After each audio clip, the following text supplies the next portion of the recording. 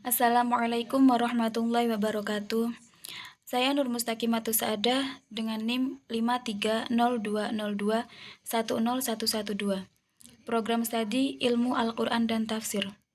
Di sini saya akan menjelaskan tafsir surat Al-Fatihah. Ayat yang pertama yaitu Bismillahirrahmanirrahim. Dengan nama Allah yang Maha Pengasih dan Maha Penyayang. Ayat pertama surat Al-Fatihah adalah lafadz basmalah. Menurut pendapat Imam Syafi'i yang sudah masyhur di kalangan para ulama.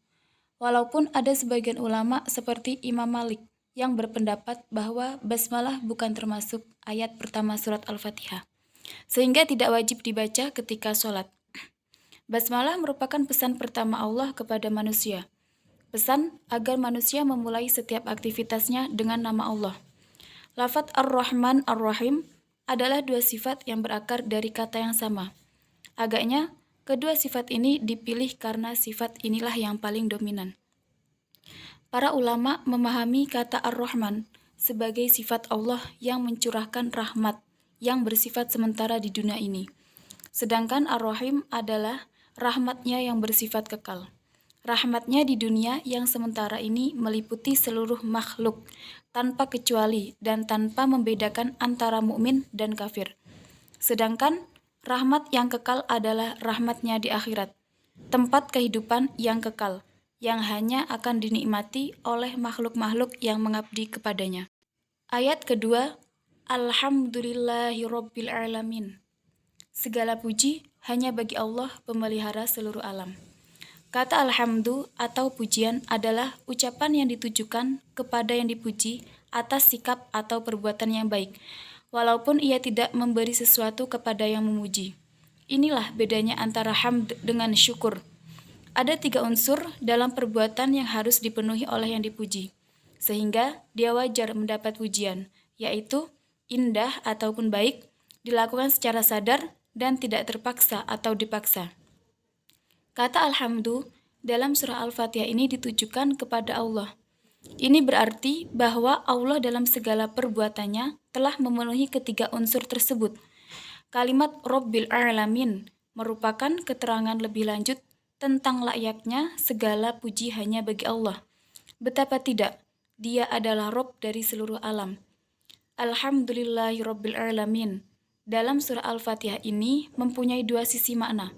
Pertama, berupa pujian kepada Allah dalam bentuk ucapan, dan yang kedua, berupa syukur kepada Allah dalam bentuk perbuatan. Kemudian ayat ketiga, Ar-Rahmanir-Rahim, Maha Pengasih lagi Maha Penyayang. Imam Ibnu Katsir menyebutkan bahwa ini merupakan 2 nama dalam bentuk mubalaghah ataupun dilebihkan. Namun, kata Ar-Rahman menunjukkan lebih daripada Ar-Rahim. Ar-Rahman pengasih yang mencakup seluruh makhluknya, sedangkan penyayang hanya mencakup hambanya yang beriman. Pendapat Abu Ali Al-Farisi bahwa Ar-Rahman bersifat umum kepada semua makhluknya, sedangkan Ar-Rahim khusus bagi orang yang beriman.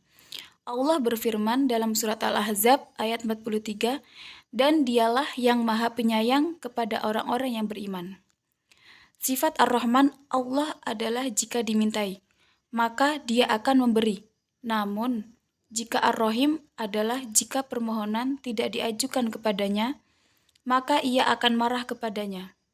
Dari Abu Hurairah, Nabi Muhammad SAW bersabda, barang siapa yang tidak memohon kepada Allah, maka Ia akan murka kepadanya. Kemudian ayat yang keempat, Maliki Yaumiddin, pemilik hari pembalasan. Pemelihara dan pendidik yang Rahman dan Rahim boleh jadi tidak memiliki sesuatu. Sedang sifat ketuhanan tidak dapat dilepaskan dari kepemilikan dan kekuasaan. Karena itu, kepemilikan dan kekuasaan yang dimaksud perlu ditegaskan. Al-Biqai menghubungkan ayat ini dan ayat sebelumnya. Ayat di atas menyatakan bahwa Allah adalah pemilik atau raja di hari kemudian. Paling tidak, ada 2 makna yang dikandung oleh penegasan ini, yaitu pertama, Allah yang menentukan dan Dia pula satu-satunya yang mengetahui kapan tibanya hari tersebut. Kedua, Allah mengetahui segala sesuatu yang terjadi dan apapun yang terdapat ketika itu. Kekuasaannya sedemikian besar, sehingga jangankan bertindak atau bersikap menentangnya, berbicara pun harus dengan seizinnya. Yang kelima, Iyyaka na'budu wa iyyaka nasta'in. Hanya kepada Engkaulah kami menyembah dan hanya kepada Engkaulah kami memohon pertolongan. Kalimat tersebut bukti bahwa kalimat-kalimat itu adalah pengajaran. Allah mengajarkan ini kepada kita agar kita ucapkan, karena mustahil Allah yang maha kuasa itu berucap demikian, bila bukan untuk pengajaran. Banyak sekali pesan yang dikandung dari kata iyyaka na'budu. Secara tidak langsung, penggalan ayat ini mengecam mereka yang mempertuhan atau menyembah selain Allah, baik masyarakat Arab ketika itu maupun selainnya. Penggalan ayat mengecam mereka semua dan mengumandangkan bahwa Allah lah yang patut disembah dan tidak ada sesembahan yang lain. Selain itu, dalam meminta pertolongan, kita tidak dapat mengabaikan Allah dalam peranannya.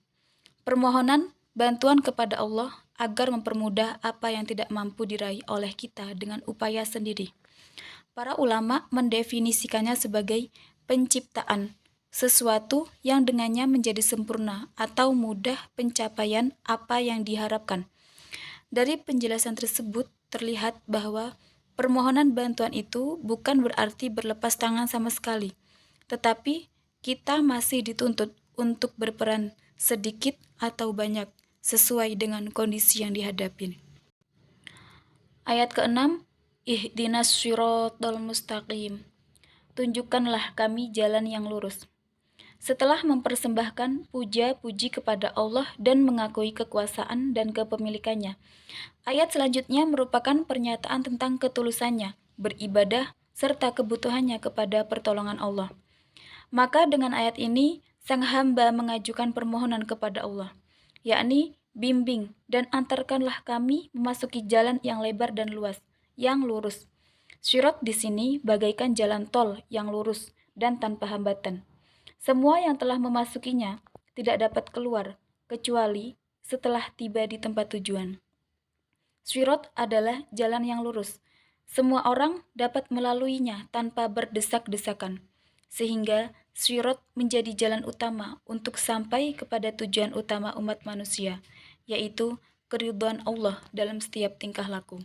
Dan kemudian ayat yang terakhir, Siratal ladzina an'amta 'alaihim ghairil maghdubi 'alaihim waladdallin, yaitu jalan orang-orang yang telah Engkau anugerahi nikmat kepada mereka, bukan jalan mereka yang dimurkai, dan bukan pula jalan orang-orang yang sesat. Kata nikmah ataupun nikmat yang dimaksud di sini adalah nikmat yang paling bernilai, yang tanpa nikmat itu, nikmat-nikmat yang lain tidak akan mempunyai nilai yang berarti.